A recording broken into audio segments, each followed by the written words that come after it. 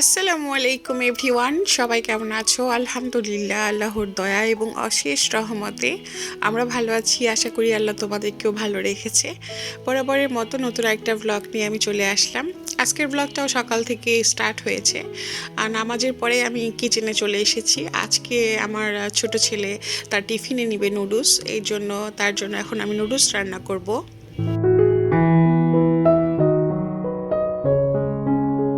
যে আপু বা ভাইয়া আমার ব্লগটা দেখা স্টার্ট করেছো, আশা করবো শেষ পর্যন্ত দেখবে।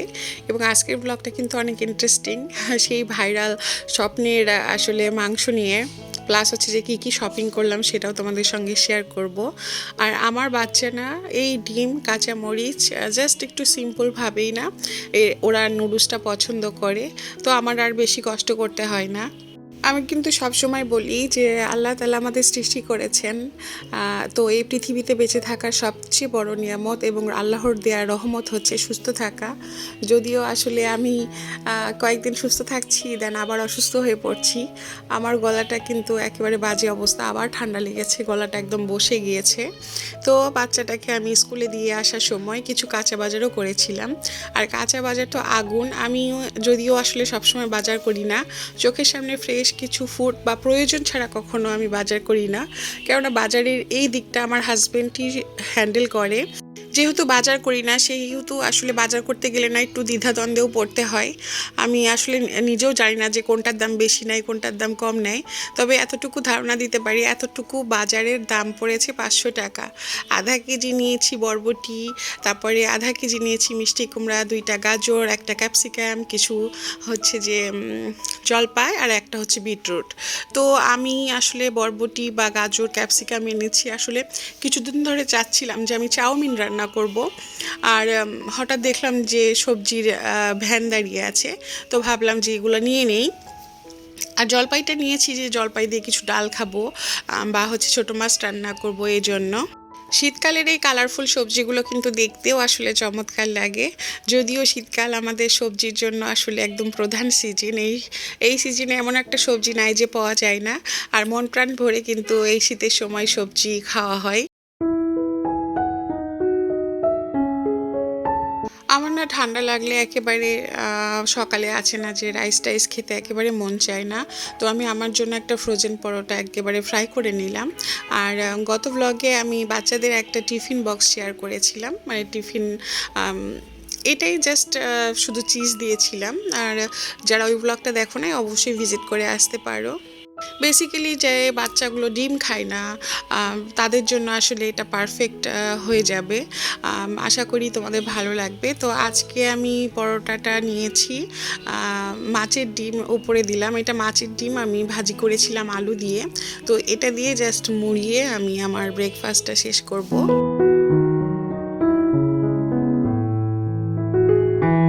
আমি এভাবে যখনই পরোটা আসলে নাস্তার জন্য বানাই তখনই একটু মচমচা করে বানাই, কেননা মচমচা হলে না এটা ক্রিস্পি টাইপের হয়, তখন না খেতে খুব ভালো লাগে। তো এটাই সিম্পল একদম নাস্তাটা ছিল আমার। আর আজকে যেহেতু না আমার হচ্ছে যে ঠান্ডা লেগেছে, এই জন্য কিছুদিন আবার দুধ চা অ্যাভয়েড করব। চা ছাড়া আমি বাঁচি না আসলে, তবে আসলে দুধ চাটা খেলে ঠান্ডার মধ্যে একটু প্রবলেমই হয়, তার চেয়ে একটু র চা বা মশলা টি খেলে সবচেয়ে ভালো হয়।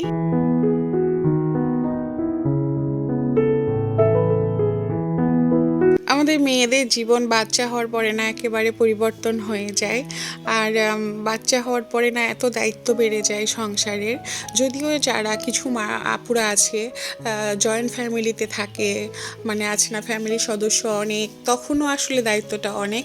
তবে ছোট ছোট বাচ্চা নিয়ে কিন্তু সব কিছু মেনটেন করা একটু ডিফিকাল্ট হয়ে যায়। এই যে যেমন আজকে আমার শরীরটা খুবই খারাপ ছিল, আমার একেবারে মন চাচ্ছিল না যে আমি আজানকে স্কুলে দেই।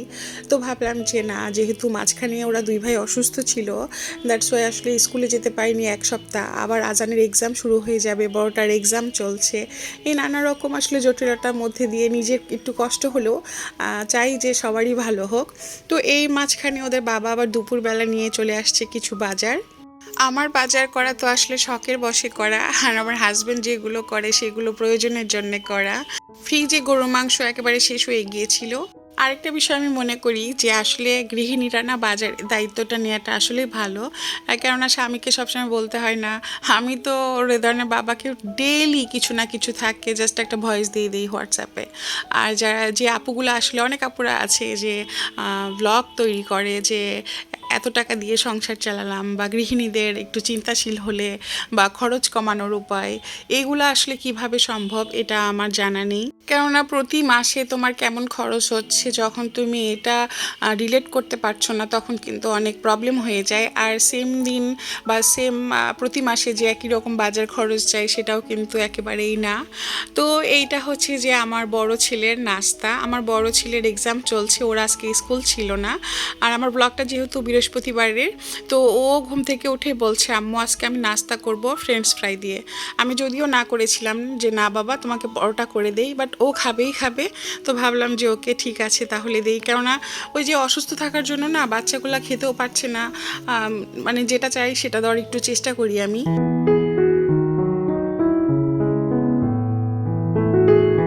এতক্ষণ ধৈর্য ধরে যারা আমার ব্লগটা দেখছো, অবশ্যই শেষ পর্যন্ত দেখো। ভিডিওর যে কোনো একটা পার্ট যদি তোমাদের ভালো লেগে যায়, অবশ্যই চ্যানেলটা সাবস্ক্রাইব করে আমাদের সাথেই থেকো এবং অনেক ভালোবাসা দিও। তো এই তো আমার টাটকা টাটকা বরবটি ভাজি আর রুই মাছ রান্না করব। আর হচ্ছে যে সকালের ডালও করা হয়েছিল, সেটা তো আছেই। যার জন্য আসলে এই দুইটাই আজকে আমার রান্না। আমাদের মেয়েদের জীবন, সকালে রান্না করো, দুপুরে রান্না করো, রাতে রান্না করো, সংসার সামলাও, বাচ্চাদের সামলাও, এটাই আসলে জীবন। তবে এই জীবনে যদি মায়া আর যত্ন না থাকতো, কোনোভাবেই কিন্তু এত কিছু মেনটেন করা যেত না। অবশ্যই যত্ন লাগে, মায়া লাগে, ভালোবাসা লাগে প্রত্যেকটা কাজের ক্ষেত্রে। কেননা দেখো লাইফের প্রতিটা দিন সেম কাজ তোমাকে করতে হয়, সেম লাইফস্টাইল। সো সেইখানে কিন্তু আমাদের বোরিং লাগে না কখনো, বা আমরা ফেলে দেই না যে না আমরা করতে পারবো না। এটার মধ্যেই কিন্তু আমাদের মায়া এবং ভালোবাসা লুকায়িত থাকে, যেটা আসলে মৃত্যু পর্যন্ত জড়িত থাকে আমাদের মেয়েদের সাথে। আর এটা হচ্ছে বিকেলবেলা একটা পার্সেল অনলাইন থেকে এসেছে, তবে এই পার্সেলটা আমি তোমাদের সঙ্গে পরে শেয়ার করব। পার্সেলটা দেখে না আমিও অবাক হয়ে গিয়েছি, একদম মনে হচ্ছিল আল্লাহ এত বড় ঝুড়ি সহ আমাকে কেন দিয়েছে। তবে এটাতে কি আছে না আছে ওই যে বললাম পরে শেয়ার করব। তো অবশ্যই আমার সাথে জড়িত থেকো এবং প্রত্যেকটা ব্লগ তোমরা দেখো। তো তারপরে সন্ধ্যাবেলা বের হয়ে যাই আমরা, উত্তরা হাউস বিল্ডিংয়ে যাই, মাস্কট প্লাজায়। মাস্কট প্লাজায় যাওয়ার রিজনটা হচ্ছে যে আমার বোন গর্ভবতী, তো মা যেহেতু আবার রাজশাহীতে চলে যাবে, তো ভাবছিলাম যে আমার বোনের জন্য কিছু শাড়ি কিনে দেওয়া যাক। এমন একটা ইম্পর্টেন্ট সময় তার, অথচ আমি যেতে পারছি না, বা কবে দেখা হবে সেটাও জানি না। এর জন্য ভাবলাম যে অন্তত আছে না যে আমি যদি ওখানে থাকতাম, অন্তত 7টা দিয়ে দিতাম, প্রেগনেন্সির সময়ে দেয়। আর সেই ক্ষেত্রে আমি আসলে কষ্টও পাচ্ছিলাম, আসলে এটাই বাস্তবতা। তারপরও ভাবলাম যে আমার বোন যেহেতু আসলে গ্রামে থাকে এবং সুতি শাড়িগুলো পরতে খুব পছন্দ করে, তো আমরা মাস্কট প্লাজায় চলে এসেছি। একদম বি প্লাস যে শাড়ি বা থ্রি পিস, এখানে কিন্তু অনেক ধরনের কোয়ালিটির শাড়িও পাওয়া যায়। এই বি প্লাস শাড়ির আসলে দোকানটাতে না একসময় এতটা আসতাম যখন শাড়ি পরতাম, মানে বিয়ের পরে। তো ওই সময় না মানে এইসব বি প্লাস শাড়িগুলো না খুব ফেভারেট ছিল আমার, খুব পরতাম, বা আমার ভাবিরা মিলে একসঙ্গে সবাই মিলে শপিং করতাম। এখনও আসলে সচরাচর কম আসা হয়, খুবই কম আসা হয় আমার মা বা আমার শাশুড়ির জন্য শাড়ি কিনতে। আর এই যে আজকে প্রয়োজন পড়েছে বিধায় কিন্তু এসেছি।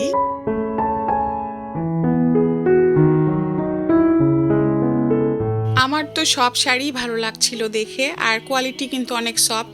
বি প্লাসের শাড়ি যারা পরো তারা অবশ্য একটা মানে জানা থাকবে যে বি প্লাস শাড়িগুলো পরে অনেক আরামদায়ক। তো শাড়িগুলো আসলে সত্যি সবগুলোই আমার ভালো লাগছিল। যদিও মানে এত শাড়ির মধ্যে না তখন কনফিউজড হয়ে যায় যে আসলে আমার বোনের জন্য কোনটা নিব না নিব, বা কোনটা ভালো লাগবে। আবার সব কিছুই মাথায় রাখতে হয়, ও যেহেতু গ্রামে থাকে, বা ও হাউস ওয়াইফ, বা কোন কালারটা দিলে বেস্ট হবে, নানা রকম আসলে চিন্তাধারা মাথায় রেখে শপিং করতে হয়।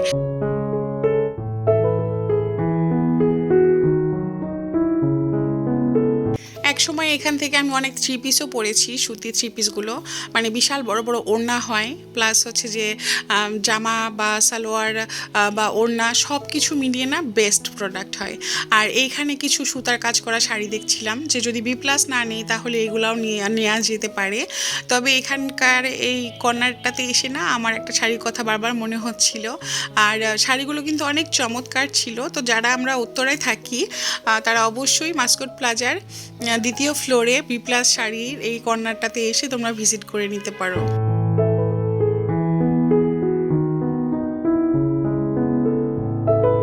মাস্কট প্লাজা থেকে বের হয়ে চলে এসেছি সুপার শপ স্বপ্নতে। আমার অনেক আগে থেকেই প্ল্যান ছিল যে একবার অন্তত স্বপ্নতে আসবো। সবসময় আমাদের না সুপার শপ আগোড়া, যেহেতু আমার বাসার একদম কাছে, আগোড়া থেকে নেওয়া হয় বা হচ্ছে আমার না বিগ বাজার থেকে নেওয়া হয়, স্বপ্নতে একটু কম আসা হয়। আর এই স্বপ্ন তো ভাইরাল, মাংসর যে প্যাকেজটা সেটা তো একদম ভাইরাল হয়ে গিয়েছে, যে স্বপ্নতে 2 পিস আলু বা 10 পিস করে মাংস। আর স্বপ্নতে এসে দেখি যে আনলাম বিগ বিগ বিগ সেল চলতেছে, প্রত্যেকটা আইটেমে সেল, কি নেই যে সেখানে সেল চলতেছে না। তো আমি তো দেখে জাস্ট অবাক হলাম। আমি তো জিজ্ঞাসাও করছিলাম যে আসলে কি এই প্রোডাক্টগুলো ভালো, কেন এত সেল দিচ্ছে কেন? তো বলতেছে যে না আপু, আপনি নিঃসন্দেহে নিতে পারেন, প্রত্যেকটা প্রোডাক্ট ভালো। আর মানে খাবার দাবার এগুলোতে সেল দিলে না আমার একটু সন্দেহ হয়। যদিও আছে না যে তোমার হচ্ছে যে অ্যাপেক্সে বা বাটায় বা কোনো থ্রি পিসে সেল দিলে কিন্তু নিতে চাই বা নিতে দৌড় দেই, কিন্তু এসব বিষয়ে সেল দিলে না আমার একটু কনফিউজড হয়ে যায়, যে মনে হয় এগুলো ভালো না। তবে এখানে এসে তোমার 160 টাকার শুধু মাংসই পাওয়া যাচ্ছে না, পেঁপের সঙ্গে রুই মাছ, তারপরে ইলিশ মাছ, ইলিশ মাছের সঙ্গে প্যাকেজ, তারপরে চিংড়ি মাছের সঙ্গে লতির প্যাকেজ, মরিচ আছে, ধনে পাতা আছে, আর এই কর্নারটাতে এই যে মাংসর প্যাকেজ রেখেছে। তো আমি বলছিলাম যে আসলেই কি এগুলো ভাইয়া হচ্ছে যে টাটকা মাংস রেখেছেন, ভালো মাংস রেখেছেন? তো বলতেছে না আপু, অবশ্যই এটা ভালো মাংস। এক কথায় বলতে গেলে প্রত্যেকটা প্রোডাক্টে সেল চলছে, এটাই হচ্ছে সবচেয়ে বড় কথা। তো আমি ভাবছিলাম যে আমার একটা চা পাতা লাগবে, কিন্তু তাজার ওপরে কোনো সেল নেই। আমি সব সময় তাজা চা পাতাটাই খেতে পছন্দ করি, কেননা সেটার ফ্লেভার আমার আবার ভালো লাগে। তো ওখান থেকেই আবার চলে আসছি দৌড়ের উপর টি স্টলে চা খেতে। যেহেতু বাসায় যাওয়ার সময় হয়ে গিয়েছে, এর জন্য চা না খেলে আসলে চলেই না। হালকা হালকা শীত, গরম গরম চা কিন্তু এখন ভালোই লাগবে খেতে। তবে আজকের চাটা আমার কাছে এতটা ভালো লাগে নাই, মানে মনে হচ্ছিল একটু লিগার কম, আর মনে হচ্ছিল যে আমি দুধই খাচ্ছি। তো এই তো বাসায় চলে আসছি, আর অবশ্যই তোমাদেরকে ভাইরাল প্রোডাক্ট না শেয়ার করলেই না, যে আমি আসলে কি কি আইটেম নিয়েছি। আমি বলবো এই প্যাকেজগুলো আসলে আমাদের যারা ফ্যামিলি মেম্বার বেশি তাদের জন্য না, এটা শুধু জাস্ট পারফেক্ট হয় যারা হোস্টেলে থাকে বা নিজেরা কুক করে খায়, মানে ছাত্রদের জন্য বেস্ট। কেননা মাংসের টুকরাগুলো না একেবারে ছোট ছোট, 10 পিস বলতে শুধু সংখ্যাটাকেই ধরা হচ্ছে। তবে তারপরও অ্যাপ্রিসিয়েট যে হ্যাঁ একটা ভালো উদ্যোগ নিয়েছে। শুধু মাংসের ওপরেই না, আরও আরও বিভিন্ন রকম তোমার হচ্ছে যে প্যাকেজ ছিল। একটা প্যাকেজে ছিল কি যে 6টা ডিম, তারপরে হচ্ছে 4টা কলা, তারপরে হচ্ছে 1 কেজি আটা, আর 1 কেজি আলু, ওইটা 200 টাকা। আর এই যে ইলিশ মাছ বলো, রুই মাছ বলো, বা হচ্ছে চিংড়ি মাছের সঙ্গেও কিন্তু অফার চলছে। তো আমি কিছু কিছু শপিং করেছি যেগুলো আমার খুবই প্রয়োজনীয় ছিল, বাড়তি কোনো কিছুই নাই। বাচ্চাদের সাবান, লোশন বা হচ্ছে শ্যাম্পু, বডি ওয়াশ এগুলো আসলে শেষ হয়ে গিয়েছিল, আর যার জন্যে ওখানে যাওয়া। কিন্তু তারপরে আবার এত কিছু নেওয়া, কেননা বাচ্চাদের চকলেটস, বিস্কুট, নুডলস নিয়েছি আমি। নুডলস আবার বাই ওয়ান গেট ওয়ান। আর এটা হচ্ছে 2 কেজি নিলে 1 কেজি হুইল পাউডার ফ্রি ছিল। আমার হাজব্যান্ড সবসময় একটা কথা বলে, ফ্রি বলো, ডিসকাউন্ট বলো, সেল বলো, যেটাই দেখ না কেন, তাদের যদি হচ্ছে যে লাভ না হয় তারা কখনোই এটা দেয় না। ও সবসময় আমাকে এটা বলে। তো এটা আমি আবার হেসে উড়িয়ে দিই। তো আমি বলি তুমি চুপ থাকো, এত সেল চলতেছে কেন, বাজার করব না, এরকম অবস্থা। আর এইটাই হচ্ছে যে সেই মাংস, এই যে দেখতে পাচ্ছ এখানে 10 পিস মাংস আছে, 2 পিস আলু আছে। আর এইটা নিয়েছি এক্সট্রা ভার্জিন অলিভ অয়েল তেল, এটা আসলে বাচ্চাদের স্কিনে ব্যবহার করার জন্য। কারণ আমার 2 বাচ্চারই অ্যালার্জি। গত বছর থেকে আমি জনসন বলো বা হচ্ছে যে কোমোডো এগুলো লোশন আমার বাসায় থাকলেও না আমি ফেলে দিয়েছিলাম। ডক্টরের একদম নিষেধ আছে যে তাদের শরীরে কখনো লোশন দেওয়া যাবে না। দ্যাটস ওয়াই তো সেই বছর থেকে আমি বাচ্চাদেরকে সবসময় অলিভ অয়েল দেওয়ার চেষ্টা করি। আর এটা একটা রিভাইন লোশন ছিল, যেটা আমি মার ঘরের জন্য নিয়েছি। আর এটা ছিল সেই চা পাতা। তো একটা আপু যখন আমি বললাম যে আপু তাজার উপরে কেন সেল নেই, দেখছেন ভালো প্রোডাক্টে কখনো সেল দেয় না, তো বলছিল না আপু আপনি এই চা পাতাটা নিয়ে যান, এটার একটা স্ট্রং ফ্লেভার আছে, যদি ভালো না লাগে কখনো খাবেন না, তবে খেয়ে দেখেন, টেস্টটা অনেক ভালো।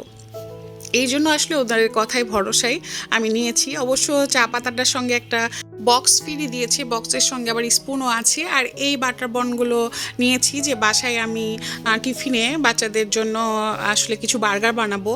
তো এটাই ছিল আজকের ব্লগ। তোমরা ভালো থেকো, আজকের জন্য আল্লাহ হাফেজ।